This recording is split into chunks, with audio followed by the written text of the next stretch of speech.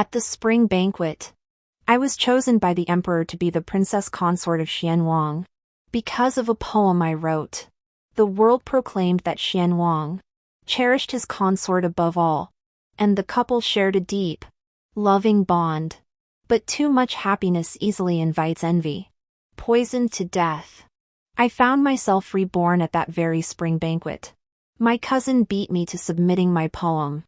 I seized the moment when no one was watching, packed my valuables, and fled the capital. At the city gate, the young Prince Xian intercepted me, gnashing his teeth. "Damn it! I knew you'd try to run." Dying in Prince Xian's arms, I never imagined I'd live another life. And that life would begin again on the day of the Spring Banquet. Just thinking of that day makes me furious. That dog emperor. Who knows what he was thinking? If he wanted to arrange a marriage, why did he have to make such a big deal out of it? He declared my poetry divine, claiming such talent was fit only for an imperial bride. With a wave of his hand, I became the princess consort of Xian. He made it seem as though I'd been chosen for my poetic skill. Only I knew the bitter truth. It wasn't my poetry at all.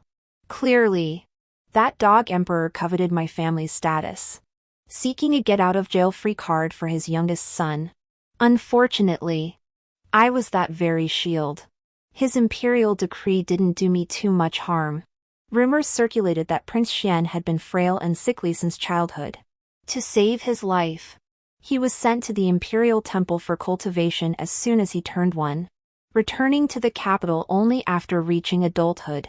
Upon his return, Prince Xian devoted himself entirely to Buddhism, his mind free of worldly desires, embracing the idea of a marriage of mutual respect.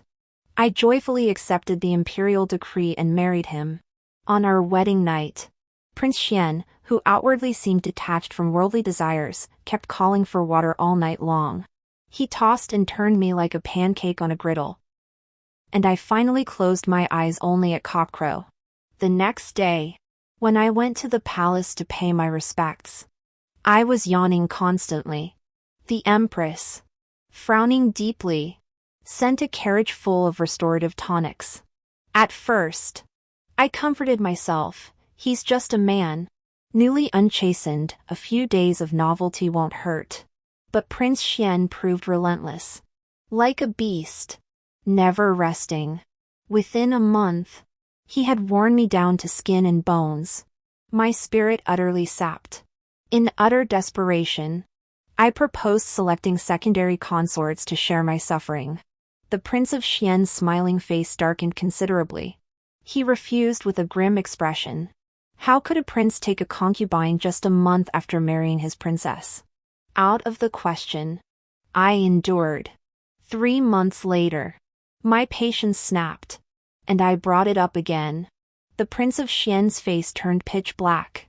How dare you, princess, try to push this prince onto someone else? With that, he seized my chin and ravaged my lips, spending the night in passionate embrace. A year passed with no sign of pregnancy. The Empress then initiated her pressure campaign. Upon learning this, Xianwang stormed into the palace. He returned with a cartload of aphrodisiacs. Back at the mansion, he slipped into the kitchen, simmering a pot of soup while chuckling wickedly. Life is short, seize the day. That night, I was forced into another sleepless vigil. Truly, I detest every single one of those tonic soups, every last one. 3 years later, my womb remained barren. This time, Her Majesty the Empress held her tongue, while Prince Xian was dispatched on imperial business. She sent a matron to escort 2 blossom-like maidens to my chambers. Knowing her youngest son's temper, Her Majesty planned to act first and report later. Bored out of my mind in the prince's mansion, I often sought out these 2 sisters for idle chatter. After much conversation, the 3 of us truly became close sisters. In my spare time, I even shared with them the basketful of fire avoidance diagrams Prince Xian had collected over the years. The 2 young ladies, untouched by the world, blushed crimson and grew bashful. Upon returning to the mansion after his business, Prince Xian bellowed, "Princess consort, I've gathered more fire avoidance diagrams. Tonight, we shall study them together." Before he could finish, he spotted me playing leaf cards with two stunningly beautiful women. The two women, seeing the prince return, hastily knelt to greet him. The Prince of Xian, standing outside the door, took 3 steps back. Pinching his nose, he ordered the guards behind him to escort the two women out of the mansion. After they left, he shot me a resentful look, then flung all the fire prevention diagrams he was holding at me before storming out of the mansion. I have no idea how he explained it to Her Majesty the Empress. After that incident, Her Majesty the Empress never interfered in the affairs of the Prince of Xian's residence again, nor did she ever mention the matter of heirs. God knows how much I wished the Empress would stand her ground. How many sisters could I have used to share the Prince of Xian's boundless energy? But the Empress was useless. My recollections were interrupted by the familiar sound of poetry recitation. The cousin who'd been seated beside me moments ago had ascended the stage to recite her verse. Familiar indeed, it was the very poem I'd composed for the Spring Banquet in my past life. After the recitation, she flashed me a defiant smile. The moment the poem ended, a chorus of ladies and young misses applauded enthusiastically. Truly worthy of the Xie family, her first attempt is already a perfect quatrain. Indeed, I hear this one on stage is merely the niece of Minister Xie.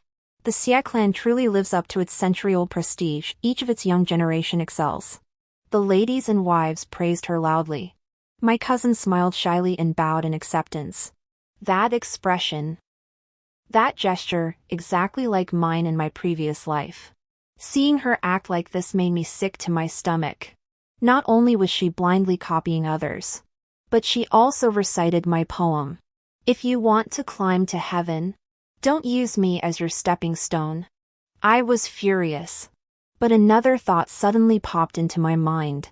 Since she's claiming my poem as her own, why not play along? Today she's stealing all the spotlight.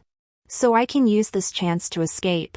Escape the capital to the frontier to save my brother, who was nearly crippled, and evade the clutches of that beastly Duke Xian. No more being forced to drink those nourishing soups. No more living in constant lethargy, unable to muster the energy for anything. No time to waste. Under the pretense of needing the lavatory, I slipped away with a few maidservants, barely out of the courtyard when I heard the same words as in my past life. Fine poetry! A reward awaits. The speaker was the emperor, strolling idly by. His presence meant the Prince of Xian was nearby. Run! The maid Lulua gasped, panting. Miss, why did you run? You're letting the third wife's daughter steal the spotlight? The composed Hongye scolded her. Cease your nonsense. Whatever the miss does, we maidservants obey. Luo seethed but dared not contradict Hongye, muttering indignantly. Then, Miss, are you returning to the estate? I nodded, sprinting away. To the estate. Then out of the capital to the frontier to find my elder brother. To save him. Hongye frowned at once. Impossible. Luo rolled her eyes. Hongye, what's wrong with you? You just said you'd obey the miss. Hongye flushed crimson. This servant believes we should inform master and mistress. Inform them? If I do, I'll never leave the capital. No noble house would tolerate an unmarried daughter harboring such preposterous notions. Even if they did, they'd nip it in the bud. Knowing the old emperor from my past life, he'd never bestow my cousin upon Prince Xian. Her father's a lowly minor official. Her mother from a merchant family, they couldn't possibly protect Prince Xian. As long as I remain in the capital, this marriage will be decreed sooner or later. When the emperor wills something, he'll find a reason even where none exists. Now, with heaven, earth, and humanity all aligned, if I don't flee now, When will I? Once I escape the capital. His Majesty will never bestow me upon Prince Xian. He'd never allow his youngest son to marry a rebellious and unorthodox principal consort. Back at the manor, Qing Lu, the housekeeper, nearly jumped for joy when she heard I was heading to the frontier to find my eldest brother. It's been so many years since I last saw the eldest young master and my own elder brother, Qing Lu said. Qing Liu's elder brother had followed my own eldest brother to the frontier 3 years prior. They parted ways then, never to return to the capital. I glanced at the three of them. Hongye excelled at managing household affairs. Luluo loved perfecting culinary skills. And Qinglu was skilled in martial arts and medicine. I couldn't bear to part with any of them. Hongye protested fiercely. But Qinglu and Lulu were persuasive. A quarter of an hour later, the four of us slipped out through the side gate like ghosts. Dressed as a servant, Qinglu drove a carriage from the backyard. Once we were all aboard, she cracked her whip, and the mansion gates shrank into the distance. We hurried to the city gate only to be stopped by the guards. Qinglu produced the travel pass, only for the guard to crumple it into a worthless scrap. Fuming, Qinglu argued fiercely with the sentry. The commotion outside drew Hongye's attention. She stepped down to mediate. But the moment she left the carriage, she vanished without a trace.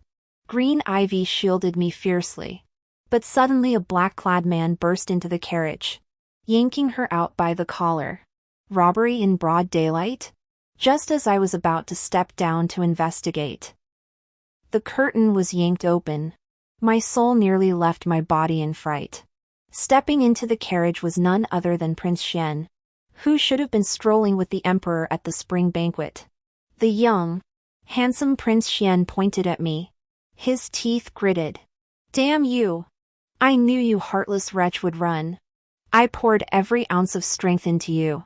And you call me an iron ox. How could you be so heartless? How could you be so heartless?" His eyes grew redder with each word. And suddenly, a single tear fell without warning. I couldn't bear to see him cry. Years of habit made me reach out and embrace him. Prince Xian sobbed. "Before you died, you said you never wanted to see me again. I'll make sure your wish comes true." My head was pounding. What was this? Rebirth with baggage? After over a decade as husband and wife, Prince Xian knew me inside out. He broke free from my embrace, his reddened eyes accusing me. "Before you died, you actually said you wouldn't be buried with this king. This king won't listen. This king still wants to hold you as we're buried together. So after I die, not only will I be buried with him, but we'll share the same coffin? Even in death. He won't let me go?" But I dared not utter a single complaint, afraid he'd cry himself into a frenzy. "In any case, you must never abandon me." I stubbornly turned my head away. Those fox tears are the most deceitful. Abandonment is inevitable, it simply must happen. After 13 years of marriage, he's had scarcely a moment's peace except during my menstrual period. The fields are ruined from overplowing. And those endless nourishing soups, I couldn't stand the sight of them. I drank them my entire previous life and never conceived. At court banquets, seeing other consorts followed by lines of children filled me with envy. One night, I told Prince Xian I wanted a child. His eyes lit up, promising me descendants by the dozen. After a night of exhaustion, he delivered plenty of offspring, but none were viable. I told him he only sows seeds but never nurtures growth. He claimed the offspring, out of pity for me and fear of my suffering, deliberately chose not to sprout. No matter what I said, he had a reason to counter. Later, I grew weary and considered adopting a child from the imperial clan to inherit the duke's estate. The moment word of the adoption spread, the Qi duke's consort arrived with her legitimate second son to pay a visit. The dim-witted Prince Qi boasted to Prince Xian at court that his consort had brought their second son to discuss the adoption. This stirred up a hornet's nest. Prince Xian hurled his ceremonial tablet at Prince Qi's head, stormed out of court, and galloped straight to his mansion. Before the child could even kowtow to me, Prince Xian flung him away. Ignoring the others present, he pulled me into a fierce embrace. The Queen of Qi, utterly embarrassed, slipped away along the wall. Clutching the child, she fled as if chased by a hound. If you want a child, I am your child. I care not. I will not share my affection with another. His outburst silenced any further talk of adoption. From then on, throughout the capital, Xianwang was revered as the embodiment of profound devotion and supreme virtue. For years, the princess consort bore no heir, and the prince took no concubines. I became the thorn in the side of every noble wife and lady in the capital. Xianwang became the moonlight in their hearts, the crimson mole they cherished. I want a child. I want one so badly. I want someone else to love you. Prince Xian's lips puckered, tears welling again. I hurriedly covered his mouth. Don't cry. If you cry again, I'll shave my head and become a nun. I'll never marry you. Prince Xian blinked, struggling to hold back his tears. In the blink of an eye, tears streamed down his face. He whimpered and protested. Then when his protests failed, he licked my hand with his tongue. My face flushed crimson all at once, and I hastily pulled my hand away. The old rogue licked his lips, still unsatisfied. The princess consort always smells so sweet, no matter what. I stated flatly. Oh dear. I forgot to wash after using the lavatory. Surely your highness won't mind? Prince Xian discreetly wiped his tongue with his sleeve. His words still mischievous, whatever the princess consort does. This prince minds not. As he spoke, his hand began to wander toward my face. Just as his hand neared my face, the carriage curtain was suddenly flung open. Qinglu entered, whip in hand. A lash struck Prince Xian's wandering hand. You scoundrel! How dare you insult my mistress? Qinglu was fiercely protective and fearless, having defied authority countless times in her past life. The Prince of Xian, accustomed to her sharp tongue, was somewhat intimidated by her. But that wouldn't work now. I wasn't the Prince of Xian's consort. I had no right to interfere with him. Qinglu was furious and prepared to strike again. I quickly intervened. Held back by me, Qinglu huffed and puffed, shouting, Miss, you're far too easygoing. I soothed her. This man is Prince Xian. Prince Xian. Qinglu froze, disbelieving. How could that be? Miss? You must be mistaken. The world says Prince Xian is pure and detached, never approaching women. She pointed at him. Look at him. He's a complete lecher. How could he be Prince Xian? Well, I must say, rumors can be misleading. Qinglu turned away, looking somewhat guilty.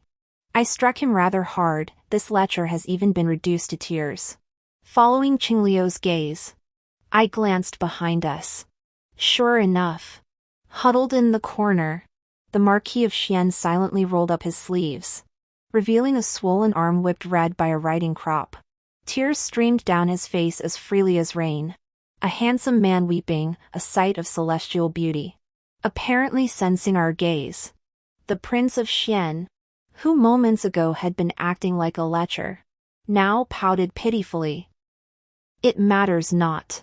This prince was too forward with Miss Xia. I simply couldn't control myself upon seeing one who captivates my heart. I pray Miss Xia will not hold it against me. Damn it. If you want to soften hearts, don't use that green tea tactic. This speech served 4 purposes at once: lodging a complaint, expressing grievances, clearing his name, and finally offering a token of his feelings. Qinglu was so frightened she fell to her knees, begging for mercy. My heart ached for him, and I prepared to fetch medicine from my bag to apply to Prince Xian's wounds. Prince Xian swiftly drew a handkerchief from his robe to wipe his tears. Rising with such speed he left me no chance to atone. His expression turned solemn. Rise. My lady. I hold no blame against you. You acted rightly in protecting your mistress. All that transpired today is my fault. I offer my sincerest apologies to Miss Xia and beg your forgiveness. I shall have new travel permits prepared for you, Miss Xia, and dispatch several secret guards to protect you discreetly. As he spoke, he unfastened the jade pendant from his waist. Should you lack funds, present this pendant at Wankai Money House to withdraw what you need. This prince wishes Miss Xia a safe journey. With that, he stepped out of the carriage without a single glance back, striding away with purpose. Alas! The carriage was narrow, forcing him to walk hunched over. The sight was as comical as could be.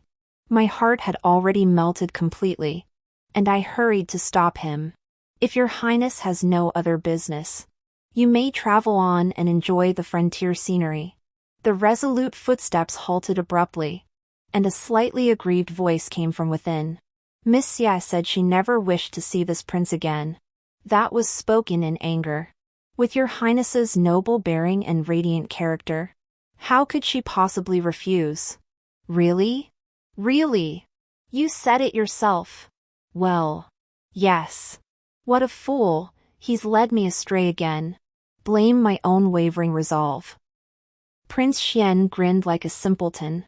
Qinglu stamped her foot in exasperation. Miss! A man and woman traveling alone together, how reckless of you. Prince Xian rolled up his sleeves suggestively. Qinglu stamped her foot. Ah! This servant! This servant! I shook my head and chuckled. Silly girl! How could you possibly outwit a fox who's lived 2 lifetimes? With Prince Xian joining us, our journey proceeded without a single hitch. The people sent by my parents not only didn't obstruct us, but accompanied me all the way to the frontier. They claimed it was to visit the eldest son at the frontier. But truly, they sent these men to keep an eye on Xian Wang. Only his reputation for abstaining from women allowed my parents to remain relatively unconcerned. Had it been anyone else, they would have had me bound and returned to the capital long ago. They were utterly mistaken. Xian Wang is the one who seeks women's company. He often indulges in lewdness in broad daylight. Xian Wang rode his horse alongside my carriage, smugly declaring, Miss Xia, we'll reach Jiqing this afternoon. Young Master Xia will personally greet you. I scoffed. A petty man's triumph. In my past life, my eldest brother returned to the capital after my wedding. His first act upon arrival was to limp to the prince's mansion to see me. Finding me yawning constantly and listless, he flew into a rage and sparred with Prince Xian all day. That evening, the Duke, beaten black and blue, was carried back by his guards. The Empress was heartbroken and never missed an opportunity to subtly blame me. The Duke whined that he'd overestimated himself, insisting on dueling his brother-in-law. The Empress was so worried she wanted to stay by her youngest son's side every day. Half a month later, news of his defeat by his crippled brother-in-law spread throughout the capital. The usually shameless Prince Xian suddenly became fiercely protective of his pride. His injuries would have healed completely in a fortnight. Yet he insisted on secluding himself in the prince's mansion for 3 months. This proved quite taxing for me. In the past, when he attended court by day, I enjoyed leisurely days. These 3 months brought non-stop demands, day and night. Where he found that boundless energy, I couldn't say. I teased him about his lack of restraint. He claimed he'd abstained from women for 20 years and now deserved to make up for lost time. Fine. Fine. I'd make amends for my brother. After all, the moment his injuries healed, he'd slipped into the consort Xian's quarters at night, rousing the emperor to beg his father not to punish my brother. His disturbance ruined the emperor's mood, so His Majesty dragged him into a night-long discussion about life. The next day, he returned home laden with tonics, brewing them for me daily. I must admit, after drinking those concoctions, my spirits did lift considerably. Before my elder brother departed for the frontier, I found no further excuse to spar with him. Upon reaching the city gate, Qinglu greeted loudly. Greetings. First young master. Hongya placed the veil cap on my head. Supported by Luluo, I stepped down from the carriage and bowed to greet my elder brother. Prince Xian had changed into his imperial prince robes in his carriage just moments before entering the city. Now he sat tall and proud upon his horse. That vengeful fox. My elder brother led the soldiers in performing a grand salute to Prince Xian.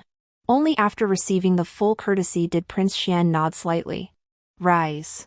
My gratitude to all the officers and men. Before leaving the city, I took provisions and winter clothing. They shall arrive shortly.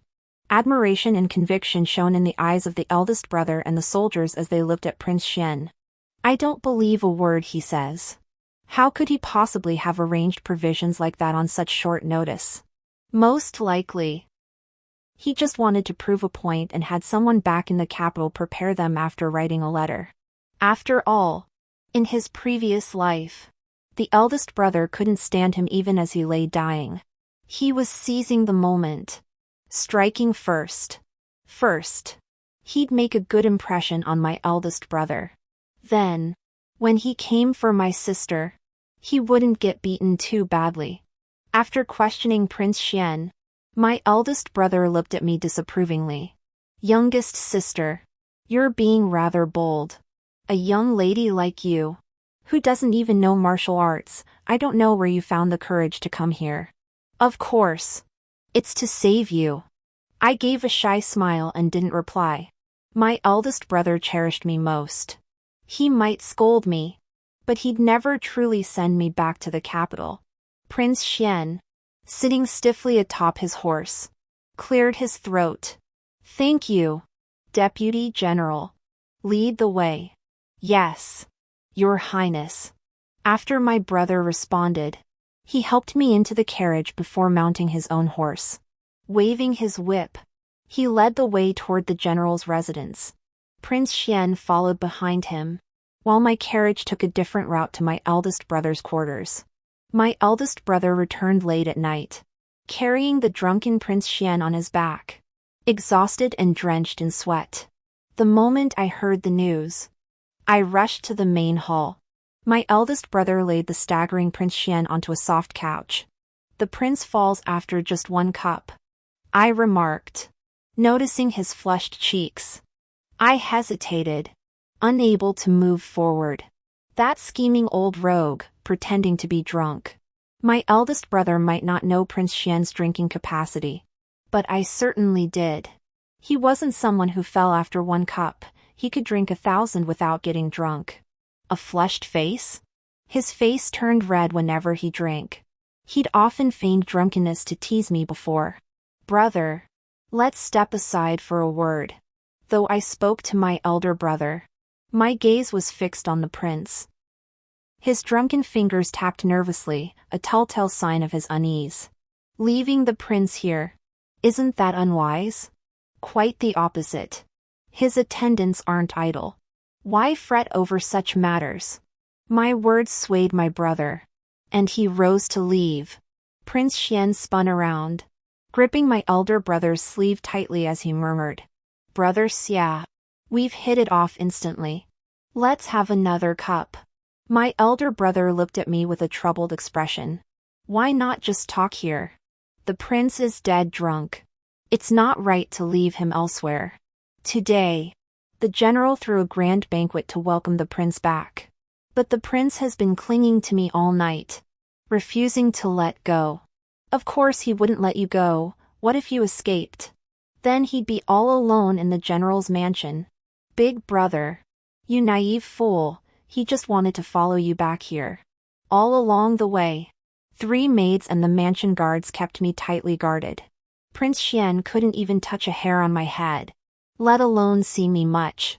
Every time he tried to find an excuse to get close, he was rebuffed by Hongya's uncompromising logic or Qingliu's silver needles. Finally reaching the frontier, I tossed him back to the general's mansion. No wonder he refused. Of course. This isn't me bragging, it's all thanks to the confidence Prince Xian gave me. Take care of yourself these days. Brother. My brother looked puzzled. What's wrong? I ate 8 bowls of rice today and beat a bunch of soldiers in combat. I'm perfectly fine. This. How do I tactfully tell my brother he'll be limping soon? I can't exactly say I've lived this life before. Can I? If I did, I'd be afraid he'd drag me off to exorcise demons. He's terribly superstitious. Brother Xia. One more time. Come on. Xian Wang bellowed again. What's there to fear? I'm here. I shot him a withering glance. Pretending drunkenness is one thing. But showing off? You can't lift a finger. If you get hurt. Brother. Forget limping, your head might end up on a platter. Everyone knows Xian Wang is the darling of the palace's 3 most powerful figures. Big Brother shook his head like a rattle. The night is deep and the dew heavy. I'll look after the prince tonight. You go rest first. We'll talk about it tomorrow. Hesitantly, I returned to my own quarters. Hongye had already prepared water for my bath. After bathing, Hongye took my clothes to wash while Lulua dressed me and wrung out my hair. Qinglu helped me stretch my limbs. And I read a storybook by candlelight. How utterly delightful. The next morning, I awoke to the scent of roasting meat. Opening my eyes, I saw Prince Xian sitting on the soft couch, gnawing on a chicken leg in front of me. Still half asleep. I thought I was still in my previous life and habitually called out the prince's name. Huayu. Don't be so naughty. Prince Xian's mouth hung open, the chicken leg dropping onto the bedding. As he gave me a bear hug. You still cherish me, right? You remember every little thing we shared. His weight on me jolted me wide awake. I'm still a virgin. How did this old man sneak in? Where's Qinglu? Where's Hongye? And Lulua? That chicken leg in his hand is clearly Lulua. Get off me! I struggled fiercely. Xian Wang swayed left and right, clinging to me like a spoiled child. I don't wanna. Goosebumps covering my body. I yelled. Someone! Someone! The prince grinned lecherously. Scream all you want. No one will come even if you scream yourself hoarse. Today, you must let me hold you. Seeing reason was futile. So I began to reason with him. Your Highness. We are both unmarried. This behavior will tarnish my reputation. The prince struggled a few times before finally rising. You're right. I haven't even asked Father Emperor for the imperial decree of marriage yet. Wait, I'll make it up to you tenfold later. Rest assured. This prince can endure. For your virtue. I shall hold out until our wedding day. You're quite the ninja turtle. Aren't you? With that kind of endurance. How do you not suffocate? Xie Jiayunya intends to roam the world in this lifetime. No way am I getting fried pancakes every day. Your Highness. Why must you keep milking the same sheep? Why repeat the same dish? This topic was his minefield. Mention it and it would explode. Humph. Bang. With a light snort, Prince Xian stormed off, only to trip over the threshold and fall flat on his face. The fall seemed to knock some sense back into him. Almost forgot why I came. Your brother-in-law is injured. My heart skipped a beat. My eldest brother was hurt? Anxiety gripped me. I dressed as quickly as possible, grabbed the small box filled with medicine, and rushed out. Xian Wang was waiting outside for me to accompany him. How could he have been injured so soon? In my previous life, news of my eldest brother's injury only reached the capital after I was married. Seeing me unable to eat or drink, Xian Wang went to the palace, threw a fit, and only after much fuss managed to secure a court physician specializing in trauma to treat my brother at the frontier. 3 months later, the physician returned to the capital, saying he had arrived too late. My eldest brother's leg injury was beyond repair. The physician also brought back dreadful news. Ching Song had died from a severe infection on the very day he went to the frontier. Qing Lu was heartbroken. The once lively girl lost all her spirit. I had thought that living this life again would allow me to change these events. Unexpectedly. Because I lived again. My eldest brother and Qing Song were injured prematurely. Tears blurred my vision as Prince Xian gently wrapped his arm around my shoulder, guiding me forward. Yunya, don't cry. With you here this time, my brother-in-law will surely be fine. With both of us by his side, nothing will happen to him, right? I clenched my jaw, trying to hold back the tears. Xian Wang coaxed. My dear, stop crying. If your brother-in-law sees this, he'll think I'm bullying you. Do you want him to fight me with a crippled leg? Always so frivolous. Yet his playful banter eased my distress somewhat. The front courtyard was in uproar. My eldest brother's voice was hoarse. Leave me alone. Look at Qing Song, he's bleeding to death. I'm fine. It's just a broken leg. No big deal. Hong Yi tried to reason with my eldest brother. Young master, don't be so stubborn. Qing Lu and the doctor are treating Qing Song's injuries. Your wounds aren't minor either, you need bandaging immediately. I pushed open the door to find Hongye and Lulua pinning down my elder brother, who was clad only in his undergarments, preventing him from moving. Qing Lu trembled as she wiped Qing Song's wounds, droplets of tears falling onto his blood-stained clothes, slightly diluting the crimson. Other wounded soldiers lay scattered about the room, most bare-chested to facilitate the medic's treatment. Xian Wang's expression darkened instantly. He spun around, attempting to block my path outside. I stomped hard on his foot and glared at him impatiently. What's the matter with you? Behave yourself. Only then did he grudgingly step aside to let me through. The commotion we made drew the attention of everyone in the room. My elder brother, his pale face flushed, barked. What are you doing here? This is a place for rough men. You're an unmarried girl. Without a word, I pulled the golden wound medicine from the chest and sprinkled it directly onto the wound on my brother's leg. The dirt from the wound had already been cleaned away. This bottle of golden wound medicine was a precious imperial gift. I'd stolen it from father's storeroom. Its potency was extraordinary, but the sting was excruciating. My brother's veins bulged with pain, and he even forgot to curse me. After treating my brother, I went to Qing Lu. The light was blocked, and Qing Lu instinctively looked up. The moment she saw me, the maid, who had been quietly weeping, burst into loud sobs. Mistress. My brother. My brother is badly injured. I handed her the medicine chest. Qing Lu, you must stay calm. Take whatever medicine you need from this chest, human life is paramount. Qing Lu shook her head, refusing. These are imperial bestowed healing herbs. How could my brother possibly use such things? I opened the kit myself.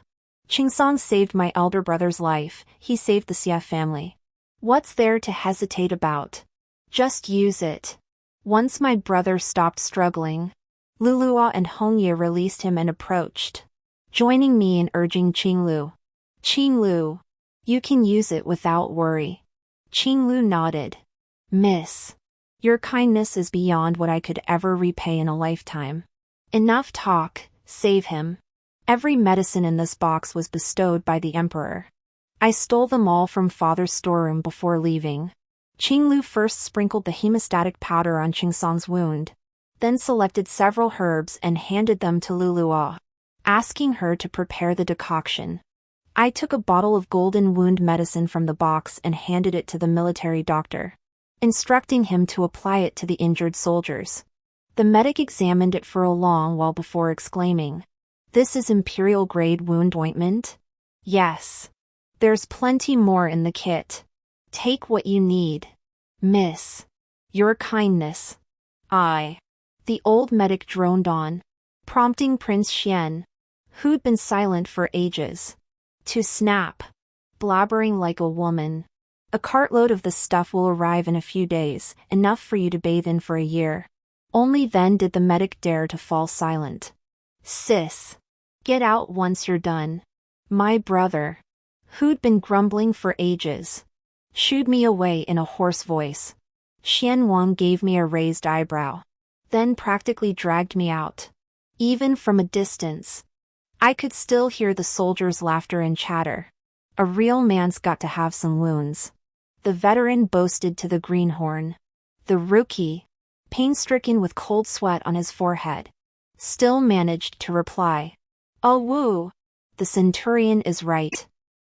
The imperial wound medicine is truly excellent." The injured soldiers began training again after only 3 days of rest. I took a little liberty. In my past life, I studied medicine with Qinglu and accidentally discovered that distilled liquor could suppress inflammation.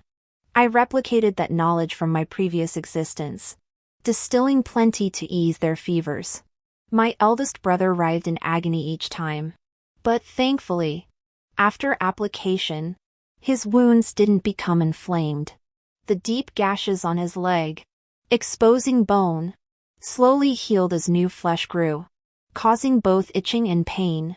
Qinglu and the others were busy tending to the unconscious Qingsong, leaving no time for me.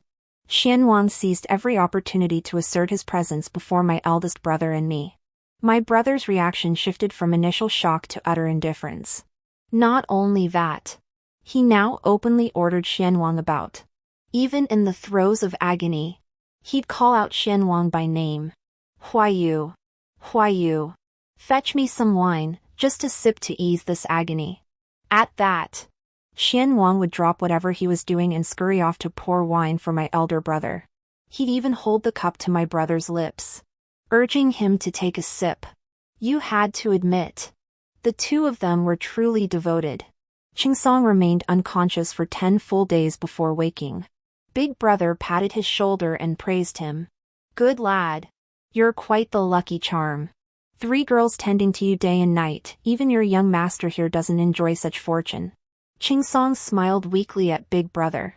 Thank you for not abandoning me, young master. Big brother gave his shoulder another gentle pat. Rest a while. Recover your strength, and you'll be back to being your young master's right-hand man. With that, he turned and left the room without looking back. I caught a glimpse, my elder brother's eyes were red. Xianwang murmured beside me, his voice tinged with envy. He cried for him. Men can cry, you know. I whispered back. Jealous? Xianwang looked surprised. What's going through your head? If I were to be jealous, it'd only be of you. I'm just telling you, men can cry. Humph. Sure, men can cry, but not like you, crying at the slightest provocation. After Qingsong awoke, Hong Yi and Lu Luo could no longer tend to him. They followed me about all day, leaving Xianwang no chance to get close to me. He was utterly aggrieved. He seized every opportunity to badmouth Hong Yi and Lu Luo. Redleaf still chants sutras like always. Send her to a nunnery sooner rather than later. Let her chant all day long. That little green vine used to listen to me most of all, but now she treats me like a thief. TSK TSK TSK. I remained silent. After the wedding, steady and dependable Redleaf became my managing wife. After taking her vows, she grew even more nagging. Xianwang showed no restraint in the bedroom, wearing me out completely. Hongya pitied her master and often admonished Xianwang. The timid yet stubborn Xianwang seethed with frustration, yet dared not show his claws to Hongya. As for Luluo, she and Xianwang were 2 foodies who hit it off perfectly. Not 2 years after my marriage, Luluo wed Xianwang's personal guard.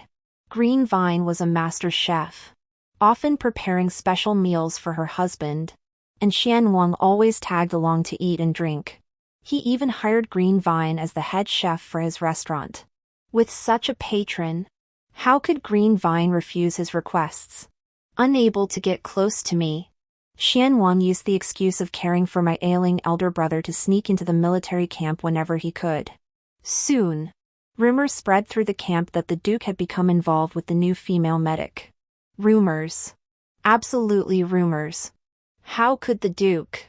Though I believed him incapable, I still harbored doubts. I sneaked into the camp. Of course, I didn't go through the proper channels. In the camp, aside from the medic and the camp prostitutes, women were rarely seen elsewhere. I went to seek a master, to apprentice under the military physician. After arranging things with the physician, Qinglu and I disguised ourselves as men and entered the camp. Once inside the tent, the physician bowed to me first. Miss, the formula you provided last time for refining white wine saved many soldiers. I haven't even thanked you yet. How could I presume to take you as my teacher? We should exchange insights. Exchange insights. The old military doctor stubbornly refused to take me as his disciple, so I had no choice but to give up. We moved about furtively every day, only venturing out after Xian Wang and my elder brother left, and returning before they came back. On the third day, I finally encountered the female medic in the camp. Oh, she seemed quite familiar. Wasn't she my elder brother's concubine from my previous life? After Qingsong died from infection in that past life, she wept even more bitterly than Qinglu, constantly blaming her own inadequate medical skills for his death. After crippling my brother's leg with her treatment, she was overcome with guilt and vowed to care for him for the rest of her life, never leaving his side. My naive, sweet brother was deeply moved. Claiming he was now a useless man, he refused to burden her with his suffering and never touched her. She covered his mouth, whispering, "This life, unchanging," and vowed to follow him in death should anything befall him. As if she'd ever do such a thing. After my brother died, she was the first to flee, tearfully declaring she'd avenge him. What a load of crap. The following year, the Prince of Shiliang came to pay tribute, accompanied by his newly acquired secondary consort, none other than my brother's former concubine. This woman was cunning and dangerous, demanding vigilance. With just one glance, she knew Qinglu and I were women. She began to scheme against us, playing the innocent act before the men. I ignored her completely, treating her like she was full of it. But she just wouldn't leave us alone. I didn't provoke her, but she provoked me. She'd throw herself at the feet of Prince Xian, tears streaming down her face like rain, complaining that the new medicine boy didn't give her the time of day. Qinglu and I dared not lift our heads, terrified of being discovered. Prince Xian uttered an "oh," then leapt back 3 feet, sneering. If she can't even deign to look at this prince, what makes you think she'd notice you? Who do you think you are? Can you even compare to this prince? It's perfectly normal she wouldn't give you the time of day. She'd blown her cover. This was it. He was about to launch into his verbal assault. The female physician's eyes widened in utter disbelief. The Prince of Xian's lips curled up as he spoke. I glanced at you once, and you spread rumors about us? That's an insult to my taste. Even if there were thousands like you, I wouldn't look at any of them. Why don't you go look at yourself in the river? Do you even deserve to be seen? The physician's chest heaved with anger, but she dared not utter a single harsh word. Get out. Don't let me see you again. With a wave of his hand, the soldiers behind him obediently escorted the physician away. Once she was out of sight, his lips curled into a smug smile. Yunya, you're jealous, aren't you? Admit it. Fuming, I stomped my foot and turned to run. What a fool I am, falling for such a simple trick. Xian Wang called after me. Hey, Yunya, Yunya, slow down, the path's uneven here. Cursed words. The moment he spoke, I stumbled and fell, my head smashing against a rock. The impact sent stars dancing before my eyes, and I blacked out. That fall proved fateful. It made me remember everything from my past life. My eldest brother was poisoned to death by his concubine. I was poisoned by my cousin. I knew that cup of tea was laced with poison. Yet I drank it anyway. The poison struck swiftly. I didn't even suffer for more than a few hours. Why did I drink it? Perhaps it was the frustration of uncovering the truth behind my eldest brother's death, yet being powerless to avenge him. Or maybe it was learning from my cousin that Prince Xian had a long-lost love, a woman he'd met in a temple. Or perhaps it was seeing my parents. Their hair turned white overnight from burying their child. My mother broken beyond recovery. My father losing all heart for his official career. The truth was too agonizing to bear. After my rebirth, I forgot it all. I only remembered to stay far from Prince Xian and rescue my brother. This fall has shattered all those memories back into my mind. I suddenly coughed up a mouthful of blood. Hong Ye, waiting nearby, methodically wiped my lips with a handkerchief before offering a cup of warm water to my lips.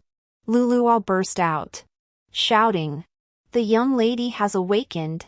Prince Xian rushed in, hair disheveled, clutching me tightly. Yunya, Yunya, you're finally awake. I was nearly driven mad by my brother-in-law. I pushed him hard several times, but he wouldn't budge.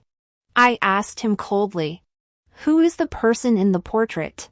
Xian Wang released me, and after a long moment said, "You remember? That bald monk is unreliable too, he can't even handle something this simple." I gave him a cold stare. Xian Wang shrugged. "Don't be like that. The person in the portrait is you. It's you." I spat blood at him. "Bullshit. I've never set foot in that temple he frequents. How could that little girl in the portrait, who only resembles me 80%, possibly be me? Did you forget? Your eldest brother goes to the temple on the 1st and 15th of every month." Hearing that, I did recall. My eldest brother had a weak constitution. Fearing he might die young, our parents took him to stay overnight at Huangjue Temple on the 1st and 15th of every month.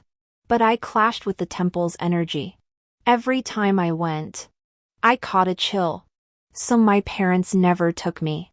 When your brother was little, he adopted me as his younger brother and often snuck me down the mountain. He always praised you as the best sister in the world. I thought so too.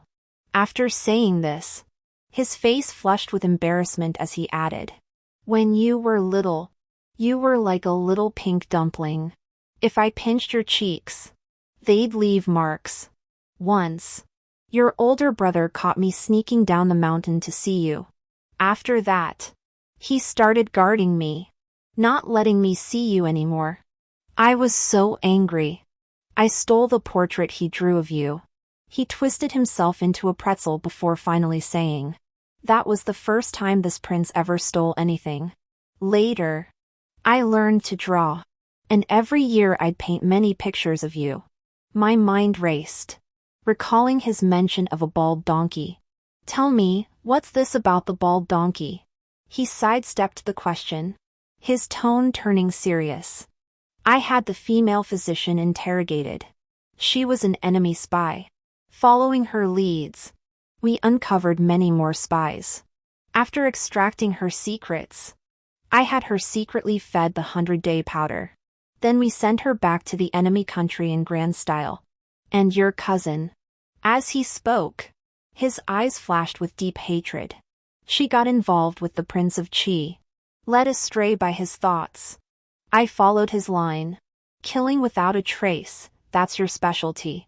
The healer was sent back to the enemy country in style, then fed the 100 days powder. Even if the enemy didn't kill her, she'd die of exhaustion after 100 days. What a despicable trick. Before my death, the king of Qi had 3 sons and 3 daughters. The 3 sons were all born to the queen. The 3 daughters were born to his concubines, some from premature births, others from difficult deliveries. None of the 3 concubines who bore him children survived. The queen is cunning, while the king is foolish. always chasing new conquests. My cousin won't have an easy life. By the time we return to the capital, we'll likely hear the joyous news of your cousin's demise. When do we return? Soon. King Xian rarely looked so serious before me. That dog emperor. Who could have imagined an imperial decree of arranged marriage would chase us all the way to the frontier? What nonsense about women being no less than men, or heroes falling for beauties. A pile of flimsy excuses. All boiling down to those two words, arranged marriage. Prince Xian beamed radiantly. Father truly understands my heart. The eunuch fawned as he handed Prince Xian and me a letter each. The emperor's own handwriting. An IOU. That time Prince Xian brought supplies. He nearly emptied the entire palace's supply of imperial wound medicine. The emperor prepared them with a snarl and a glare. His Majesty threw a tantrum, demanding I repay the silver if I refused to marry his son. A cartload of imperial wound medicine, that stuff costs more than gold. Even if they sold me piece by piece, I couldn't pay it back. If I can't repay the debt, I'll marry him. What else can I do? This lifetime, I want a child. But you can. But you mustn't share your love for me with the child. Deal. I knew you were smitten with me. Extra story. I'll never admit my first self-pleasure was while gazing at the consort's portrait. Nor will I admit I can't walk straight when I see her. My master said one glance lasts 1,000 years. But when I see my consort, 1 year feels like 10,000. I long to melt her into my very being. How could anyone not adore such a tender, delicate consort? Though she's always urging me to take concubines. It baffles me. Why would I ever need concubines? My heart belongs only to my consort and her alone. My master took in a flock of abandoned children, claiming they were chosen by Buddha. I asked why. Master said in the eyes of the world, they are ill-omened, born to bring misfortune upon their mothers. He would constantly lament how difficult childbirth is for women. As a child, I did not understand. After hearing it so many times, I grew afraid. That is why I refuse to let the princess suffer this hardship. I take medicine daily, fearing she might be affected. Many urge me to have children. First, I did not wish the queen to suffer. Second, I did not want children to distract her. Call me selfish. Call me stubborn. But the queen must love only me. Mother wept and raged, saying no heir is the greatest sin. I have taken medicine for years, long severed from the path of offspring. I silenced the court physician, who told my mother it was a natural condition. She now clutches her prayer beads in repentance, regretting sending me to the monastery, a decision that severed my path to fatherhood. Ever since I discovered that a single tear softens the princess consort's heart, I've rubbed ginger juice into my sleeves daily. Truth be told, a gentle touch at the corner of my eye brings tears flowing. It worked every single time. The princess spat blood, vowing never to see me again in the next life. I clearly hadn't rubbed my eyes with my sleeve. Why then? Through her tears, could I no longer see her clearly? After having the one who poisoned the princess torn to pieces, I went to the temple to atone. It was all my fault. My unorthodox master tapped my head. Fool, he said. Come with me. A beauty's short life meets a long one, fate cannot be evaded. Seeing your devotion, this monk will use all his cultivation to grant your wish. But I must take 30 years of your name to save those who must be saved. Are you willing? Willing. But I only wish for her to remember the joy, to forget the pain. My mind went blank, and I nodded frantically. A wave of heat washed over my mind, and I returned to that spring banquet day. It was today. I found an excuse to have the emperor grant me a marriage decree. Today, I shall do the same. Where is the princess consort? Why is the one reciting poetry the very person who killed her? Could it be that she too Does the princess consort also possess memories of her past life? Oh no. The princess consort is trying to escape. Pursue her. Think you can escape this prince? Dream on. After our marriage, Huayu took me to travel the four corners of the realm. We took in every vista, the 5 great mountains, rivers, and seas. 2 years later, I gave birth to a carbon copy of myself. Prince Xian couldn't put him down, cradling him daily without letting go. As Huayan grew, he resembled me, yet his temperament mirrored his father's exactly. He'd throw tantrums and cry at the slightest provocation. The Prince of Xian's tender fatherly heart was completely worn thin by the time Huayan turned 5. He couldn't stand the little brat competing for his affection. Huayan's stubby legs kicked wildly as he desperately tried to burrow into my arms. Xian Wang scooped him up and tossed him to Qingsong. Hongye and Qingsong had married last year. Hongye was newly pregnant, and Qingsong was overflowing with paternal affection. The prince let him experience the joys of fatherhood early. Huayan was raised by 3 maids. Without me, he still had Aunt Hongye, and he happily went to live with her. The clingy little Huayan wouldn't let go of Hongye, nearly suffocating Qingsong's budding paternal instincts. Qingsong coaxed Huayan with a smile to go to Qingliu's house. Huayan feared Qingliu's silver needles and dared not approach her. Lulua visited Qingliu and managed to lure Huayan to her home. Her house had 2 mischievous little monkeys not yet a year old. In the prime of their rambunctious phase, Huayan was never cut out to be a big brother. The moment he saw the 2 little ones crying, he wailed louder than they did. Green Vine soothed one, then the other. Just as she managed to calm them, Huayan tugged at one's hair, then pinched the other's cheek, sending both children wailing again. Green Vine had no choice but to bring Huayan back. Huayan clung to my legs, refusing to let go. His big eyes blinked innocently. Mommy. Huayan wants to sleep with mommy. Xian Wang, who had just finished bathing and was preparing to make pancakes, bellowed from the inner chamber. No way. It's either him or me. Exhausted from the chaos, I tossed Huayan to Xian Wang.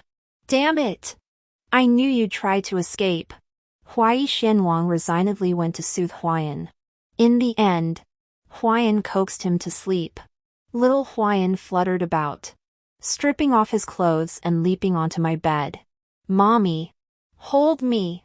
Even foxes can advance in rank. The pupil surpasses the master. Each infusion of tea is more fragrant than the last. Huayu, your tea needs rebrewing. The end.